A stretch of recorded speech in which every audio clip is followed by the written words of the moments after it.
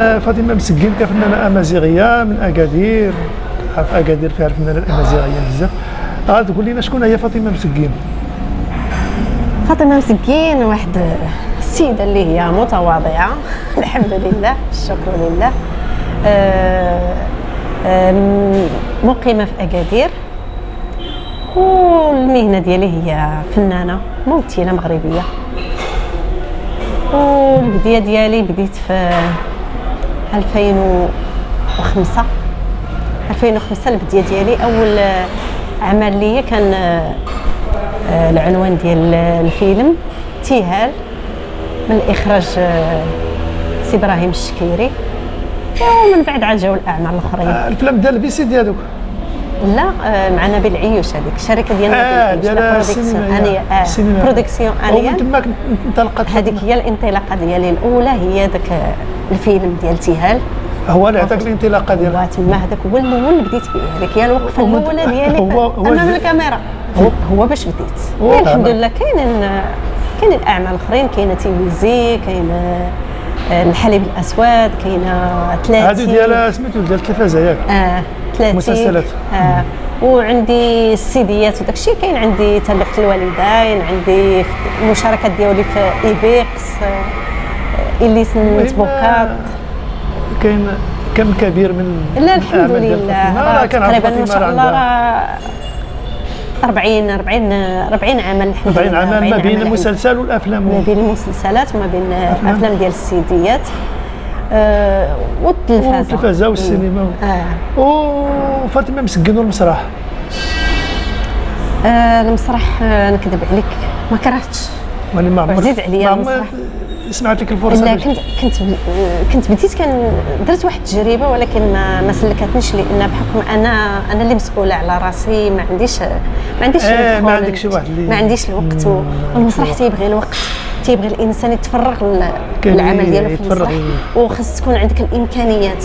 بالنسبه للانسان اللي هو كاري وعنده مسؤوليه، راك عارف الوالدين وولدي والولد اللي عندي وداك الشيء، ما كرهتش. وكنت ديما تنحلم تنتمنى نكون ندير ادوار في المسرح، ولكن للاسف هذا هو المشكل اللي كان. هذه هي العرقله الوحيده اللي كانت عندي. اخر عمل ديالي هو هذا قسمه ونصيب. كنتي مشارك معنا فيها استاذ؟ المخرج هو حكيم قبابي. والمخرج حكيم قبابي. ايوا حنا تنتمناو اللي غيدوز في هذا رمضان هذا ان شاء الله بحول الله. والجمهور ان شاء الله غادي يشاهد هذا الفيلم هذا، غادي يشاهدوا في القناه الامازيغيه ان شاء الله بحول الله. هذا هو العمل اللي عندك وقيل الوحيد في هذا رمضان ياك؟ لا، خدمت مع واحد لقطه صغيره في واحد الفيلم ديال المسلسل ديال دوزيم. ايوا وشنا اخر عندي قصه زمان، حكايه زمان.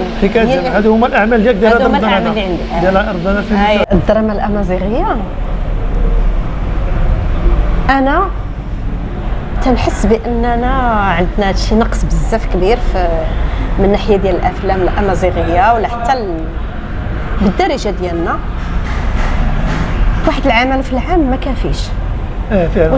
واش حنا نتسناو مره في العام عاد نخدموا، ما كرهناش في رمضان غنخدموا. رمضان باش نشريو الكرافس بحال الشباكيه تسنى حتى رمضان. عاد نديروا الشباكيه والله الا من رمضان عاد نديروا الشباكيه هي ديالنا حنايا دابا.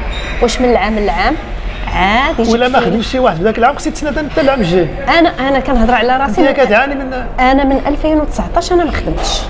وزع عليا ديال كورونا، وزع على دابا حتى لهذا العام 4 سنين دابا هادي. حتى لهذا العام هادشي انا تنعاني منه. حنا العام اللي جا ما كنخدموش، حنا جالسين. ايوا انا دابا ما بقيتش ما تنخدمش، لان اي بلاصه مشيت دفعت لها هادو السيفيات ديالي باش نخدم، باش نرجع لخدمتي. انا اصلا كندير نخدم في الريستورات وهذا. دابا انا كنمشي نحط لهم السيفيات على حسب تيشوفوا لاج ديالي ما تيخدمونيش.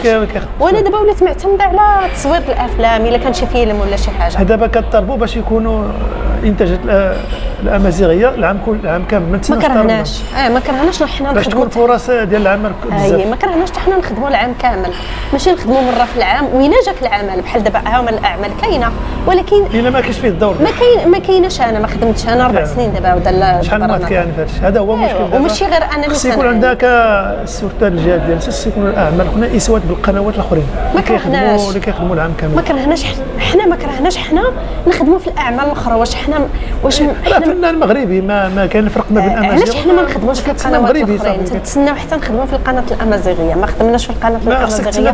حنا ناعسين ولا نمشيو لباب الجامع نطلبوا، واقيلا يمكن هادشي اللي لا حول ولا قوه الا بالله العلي. مادام حنا في الشهر رمضان الكريم لا فاطمه، قول لي كيفاش كدوز فاطمه مسكينه شهر رمضان؟ شهر رمضان كي كاع العيالات كنوض نفيق نجلس شويه.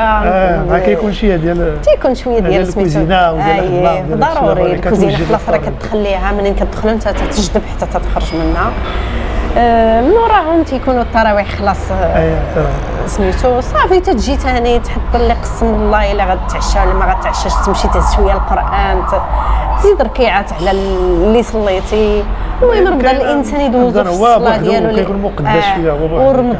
ورمضان كيفوت دغيا نستغلوه في الصلوات وفي الذكر وفي قراءه القران.